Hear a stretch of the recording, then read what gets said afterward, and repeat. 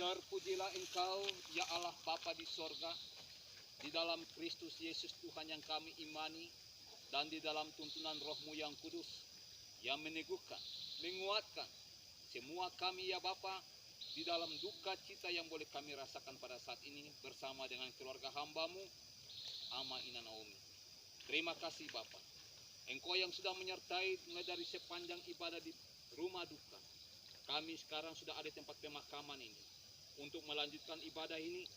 Karena itu ibadah di tempat pemakaman ini, dari awal sampai dengan akhir, kami serahkan ke dalam tangan Tuhan. Dalam nama Tuhan Yesus, kami berdoa. Amin. Saudara-saudara yang kekasih di dalam Tuhan Yesus Kristus, kita akan memakamkan jenazah almarhum anak yang kita kasihi, yang diberi nama oleh keluarga, Okta Agustus Menro.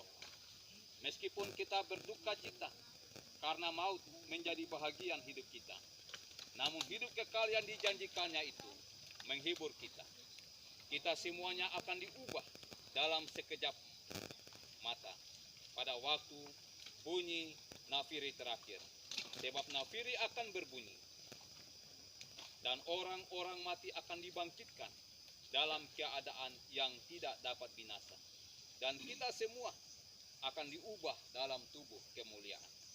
Karena yang binasa ini harus mengenakan yang tidak dapat binasa, dan yang dapat mati ini harus mengenakan yang tidak dapat mati. Maka genaplah firman Tuhan yang tertulis, maut telah ditelan dalam kemenangan. Hai maut, di manakah kemenanganmu? Hai maut, di manakah sengatmu? Sengat maut ialah dosa, dan kuasa dosa ialah kematian. Tetapi syukur kepada Allah oleh kemenangan Yesus Kristus Tuhan kita, yang dijelaskan dalam 1 Korintus 15 ayat 51 sampai dengan 57.